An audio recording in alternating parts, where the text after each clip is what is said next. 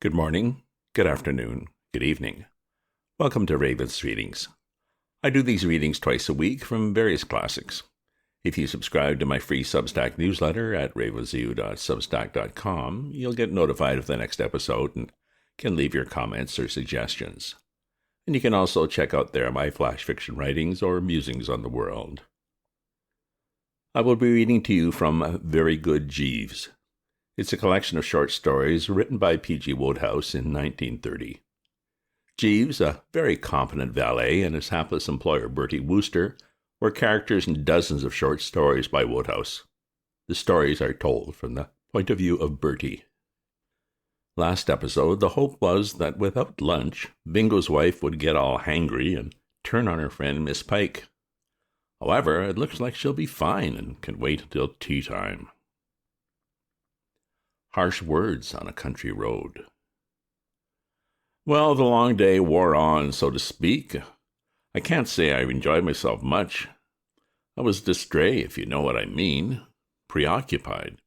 From time to time, assorted clusters of spavined local horses clumped down the course with farmers on top of them, and I watched them with a languid eye. To get into the spirit of one of these rural meetings, it's essential that the subject have a good fat luncheon inside him. Subtract the luncheon, and what ensues? Ennui.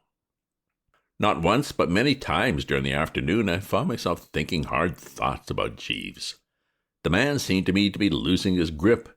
A child could have told me that footling scheme of his would not get him anywhere. I mean to say, when you reflect that the average woman considers she has lunched luxuriously if she swallows a couple of macaroons, half a chocolate eclair, and a raspberry vinegar, is she going to be peevish because you do her out of a midday sandwich? Probably not. Perfectly ridiculous. Too silly for words. All that Jeeves had accomplished by his bally trying to be clever was to give me a feeling as if foxes were gnawing at my vitals and a strong desire for home. It was a relief, therefore, when, as the shades of evening were beginning to fall, Mrs. Bingo announced her intention of calling it a day and shifting. "Would you mind very much missing the last race, Mr. Wooster?" she asked. "I'm all for it," I replied cordially. "The last race means little or nothing in my life. Besides, I'm a shilling and sixpence ahead of the game, and the time to stop is when you're winning." "Oh, Laura and I thought we would go home. I feel I should like an early cup of tea. Bingo says he'll stay on, so I thought you could drive our car, and he would follow later on in yours with Jeeves." "Righto. You know the way?" "Oh, yes. Main road to that turning by the pond and across country." "Oh, okay. I can direct you from there." I sent Jeeves to fetch the car, and presently we were bowling off in good shape. The shorter afternoon had turned into a rather chilly, misty sort of evening, the kind of evening that sends a fellow's thoughts straying off in the direction of hot Scotch and water with a spot of lemon in it. I put the foot firmly on the accelerator. We did the 5 or 6 miles of main road in quick time. Turning eastward at the pond, I had to go a bit slower, for we had struck a wildish stretch of country where the going wasn't so good. I don't know any part of England where you feel so off the map as on the by-roads of Norfolk. Occasionally we would meet a cow or two, but otherwise we had the world pretty much to ourselves. I began to think about that drink again, and the more I thought, the better it looked. It's rummy how people differ in this matter of selecting the beverage that is to touch the spot. It's what Jeeves would call the psychology of the individual. Some fellows in my position might have voted for a tankard of ale, and the Pyke's idea of a refreshing snort was, as I knew from what she had told me on the journey out, a cupful of tepid pip and peel water, or failing that, what she called the fruit liquor. You make this, apparently, by soaking raisins in cold water and adding the juice of a melon, after which I suppose you invite some old friends in and have an orgy, burying the bodies in the morning. Personally, I had no doubts. I never wavered. Hot Scotch and water was the stuff for me, stressing the Scotch, if you know what I mean, and going fairly easy on the H2O. I seemed to see the beaker smiling at me across the misty fields, beckoning me on as if he were saying, "Courage, Bertram, it will not be long now." And with renewed energy, I bunged the old foot down on the accelerator and tried to send the needle up to 60. Instead of which, if you follow my drift, the bally thing flickered for a moment to 35, then gave the business up as a bad job. Quite suddenly and unexpectedly, no one more unsurprised than myself, the car let out a faint gurgle like a sick moose and stopped in its tracks. And there we were, somewhere in Norfolk, with darkness coming on and a cold wind that smelled of guano and dead mangel wurzels playing about the spinal column. The backseat drivers gave tongue. "What's the matter? What's happened? Why don't you go on? What are you stopping for?" I explained, "I'm not stopping, it's the car." "Oh, why is the car stopped?" "Ah," I said with a manly frankness that became me well, there you have me. You see, I'm one of those birds who drive a lot, but don't know the first thing about the works. The policy I pursue is to get aboard, prod the self-starter, and leave the rest to nature. If anything goes wrong, I screen for an AA scout. It's a system that answers admirably as a rule, but on the present occasion it blew a fuse owing to the fact that there wasn't an AA scout within miles. I explained as much to the fair cargo and received in return a pshaw from the Pyke that nearly lifted the top of my head off. What with having a covey of female relations who have regarded me from childhood as about 10 degrees short of a half-wit, I have become rather a connoisseur of pshaws, and the Pykes seem to be well up in a Class A, possessing much of the timbre and brio of my Aunt Agatha's. "Perhaps I can find out what the trouble is," she said, becoming calmer. "I understand cars." She got out, began peering into the thing's vitals. I thought for a moment of suggesting that its gastric juices might have taken a turn for the worse, owing to the lack of fat-soluble vitamins, but decided on the whole not. I'm a pretty close observer, and it didn't seem to me that she was in the mood. And yet, as a matter of fact, I should have been about right for that. For after fiddling with the engine for a while in a discontented sort of way, the female was suddenly struck with an idea. She tested it, and it was proved correct. There was not a drop in the tank, no gas. In other words, a complete lack of fat-soluble vitamins. What it amounted to was that the job now before us was to get the old bus home purely by willpower. Feeling that, from whatever angle they regarded the regrettable occurrence, they could hardly blame me, I braced up a trifle. In fact, to the extent of a hearty, "Oh, well. "No gas," I said. "Fancy that." "I'll bet Bingo said he was going to fill the tank this morning," said Mrs. Bingo. "I suppose he forgot," said the Pyke. "He would." "What do you mean by that?" said Mrs. Bingo, and I noted in her voice a touch of, "What is it?" "Well, I mean, he's just the sort of a man who would forget to fill the tank," replied the Pyke, who also appeared somewhat moved. "I should be very much obliged, Laura," said Mrs. Bingo, doing the loyal little woman stuff, "if you would refrain from criticizing my husband." "Pshaw," said the Pyke. "And don't pshaw," said Mrs. Bingo. "I shall say whatever I please," said the Pyke. Ladies, I said.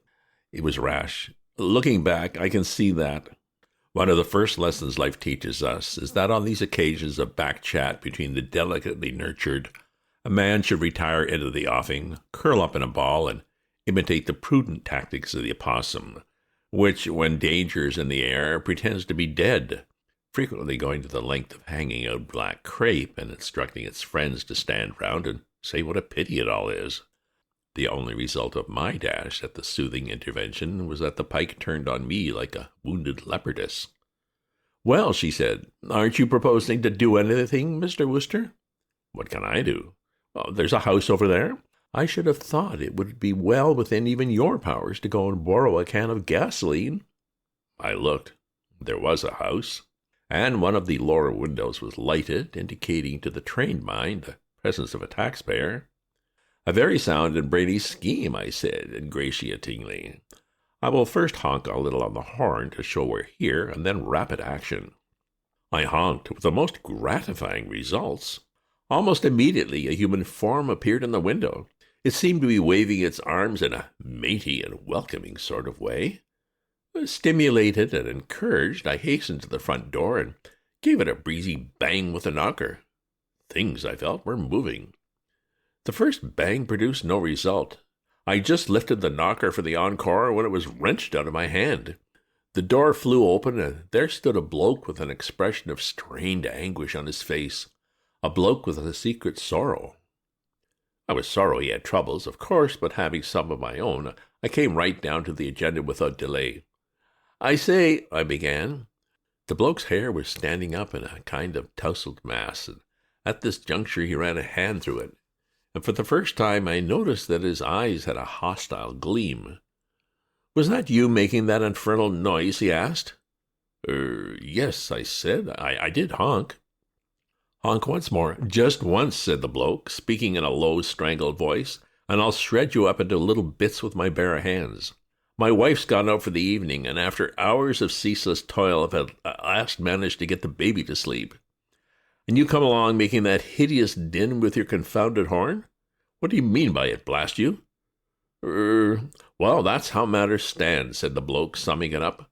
"One more toot, just one single solitary suggestion of the faintest shadow or suspicion of anything remotely approaching a toot, and may the Lord have mercy on your soul." "Oh, what I want," I said, "is gasoline." "What you'll get," said the bloke, "is a thick ear." And closing the door with the delicate caution of one brushing flies off a sleeping Venus, he passed out of my life. Women as a sex are always apt to be a trifle down on the defeated warrior. Returning to the car, I was not well received. The impression seemed to be that Bertram had not acquitted himself in a fashion worthy of his crusading ancestors. I did my best to smooth things over, but you know how it is. When you've broken down on a chilly autumn evening miles from anywhere and have missed luncheon and look like missing tea as well, mere charm of manner can never be a really satisfactory substitute for a can of the juice.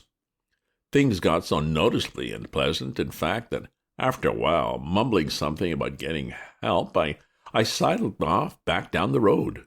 And by Jove, I hadn't gone half a mile before I saw lights in the distance, and there in the middle of this forsaken desert was a car. I stood in the road and whooped as I'd never whooped before. "Hi," I shouted. I say, "Hi, half a minute. Just a second, if you don't mind." But the car reached me and slowed up. A voice spoke. "Is that you, Bertie?" "Hello, Bingo. Is that you?" "I say, Bingo, we've broken down." Bingo hopped out. "Give us 5 minutes, Jeeves," he said, and then drive slowly on." "Very good, sir." Bingo joined me. "We aren't going to walk, are we?" I said. "Where's the sense?" "Yes, walk, laddie," said Bingo, "and warily withal. I want to make sure of something. Bertie, how were things when you left? Hotting up?" "A trifle." "You observed symptoms of a row, a quarrel, a parting of brass rags between Rosie and the Pyke?" "There did seem a certain liveliness." "Tell me." I related what occurred, and he listened intently. "Bertie," he said, as we walked along, "you are at present at a crisis in your old friend's life. It may be that this vigil in a broken-down car will cause Rosie to see what you'd have thought she ought to have seen years ago, that the Pyke is entirely unfit for human consumption and must be cast into outer darkness where there's wailing and gnashing of teeth. I'm not betting on it, but stranger things have happened. Rosie is the sweetest girl in the world, but like all women, she gets edgy toward tea time. And today, having missed lunch... Hark!" He grabbed my arm and we paused, tense, agog. From down the road came the sound of voices that a mere instant was enough to tell us that it was Mrs. Bingo and the Pyke talking things over. I've never listened in on a real genuine female row before, and I'm bound to say it was pretty impressive. During my absence, matters appeared to have developed on a rather spacious scale. They had reached the stage now where the combatants had begun to dig into the past and rake up old scores. Mrs. Bingo was saying that the Pyke would never have got into the hockey team at St. Adela's if she hadn't flattered and fawned upon the captain in a way that made Mrs. Bingo, even after all these years, sick to think of. The Pyke replied that she had refrained from mentioning it until now, having always felt it better to let bygones be bygones, but that if Mrs. Bingo supposed her to be unaware that Mrs. Bingo had won the scripture prize by taking a list of the kings of Judah into the examination room tucked into her middy blouse, Mrs. Bingo was vastly mistaken. Furthermore, the Pyke proceeded, Mrs. Bingo was also laboring under an error. She imagined that the Pyke proposed to remain a night longer under her roof. It had been in a moment of weakness, a moment of mistaken kindliness, supposing her to be lonely and in need of intellectual society, that the Pyke had decided to pay her a visit at all. Her intention now was, if ever Providence sent them aid and enabled her to get out of this beastly car and back to her trunks, to pack those trunks and leave by the next train, even if that train was a milk train, stopping at every station. Indeed, rather than endure another night at Mrs. Bingo's, the Pyke was quite willing to walk to London. To this, Mrs. Bingo's reply was long and eloquent, and touched on the fact that in her last term at St. Adela's, a girl named Simpson had told her, Mrs. Bingo, that a girl named Wadsley had told her, the Simpson, that the Pyke, while pretending to be a friend of hers, the Bingo's, had told her, the Wadsley, that she, the Bingo, couldn't eat strawberries and cream without coming out in spots, and in addition had spoken in the most catty manner about the shape of her nose. It could all have been condensed, however, into the words, "Right-ho." It was when the Pyke had begun to say she had never had such a hearty laugh in her life as when she read the scene in Mrs. Bingo's last novel, when the heroine's little boy dies of croup, that we felt it best to call the meeting to order before bloodshed set in. Jeeves had come up in the car, and Bingo, removing a can of gasoline from the dicky, placed it in the shadows at the side of the road. Then we hopped on and made this spectacular entry. "Hello, hello, hello," said Bingo brightly. "Bertie tells me you've had a breakdown." "Oh, Bingo," cried Mrs. Bingo, wifely love trilling in every syllable. "Thank goodness you've come." "Now, perhaps," said the Pyke, "I can get home and do my packing. If Mr. Wooster will allow me to use his car, his man can drive me back to the house in time to catch the 6:15. "Oh, you aren't leaving us," said Bingo. "I am," said the Pyke. "Oh, too bad," said Bingo. She climbed in beside Jeeves, and they popped off. There was a short silence after they'd gone. It was too dark to see her, but I could feel Mrs. Bingo struggling between love of her mate and the natural urge to say something crisp about his forgetting to fill the gas tank that morning, and eventually nature took its course. "I must say, sweetie pie," she said, "it was a little careless of you to leave the tank almost empty when we started today. You promised me you would fill it, darling." "But I did fill it, darling." "But, darling, it's empty." "Can't be, darling." "Well, Laura said it was." "The woman's an ass," said Bingo. "There's plenty of gas. What's wrong is probably that the sprockets aren't running true with the differential gear. It happens that way sometimes. I'll fix it in a second. But I don't want you to sit freezing out here while I'm doing it. Why not go to that house over there and ask them if you can't come in and sit down for 10 minutes? They might even give you a cup of tea, too." A soft moan escaped Mrs. Bingo. "Tea," I heard her whisper. I had to bust Bingo's daydream. "I'm sorry, old man," I said, "but I fear the old English hospitality which you outline is off. That house is inhabited by a sort of bandit, as unfriendly a bird as I ever met. His wife's out, and he's just got the baby to sleep, and this has darkened his outlook. Tap even lightly on his front door, and you can take your life into your hands." "Nonsense," said Bingo. "Oh, come along." He banged the knocker and produced an immediate response. "Hell," said the bandit, appearing as if out of a trap. "I say," said young Bingo, "I'm just fixing your car outside. Would you object to my wife coming in out of the cold for a few minutes?" "Yes," said the bandit, "I would." "And you might give her a cup of tea." "I won't," said the bandit. "You won't?" "No, and for heaven's sake don't talk so loud. I know that baby. A whisper sometimes does it." "Let us get this straight," said Bingo. "You refuse to give my wife tea?" "Yes." "You would see a woman starve?" "Yes." "Well, you jolly well aren't going to," said young Bingo. "Unless you go straight into your kitchen, put the kettle on, and start slicing bread for buttered toast, I'll yell and wake the baby." The bandit turned ashen. "You wouldn't do that?"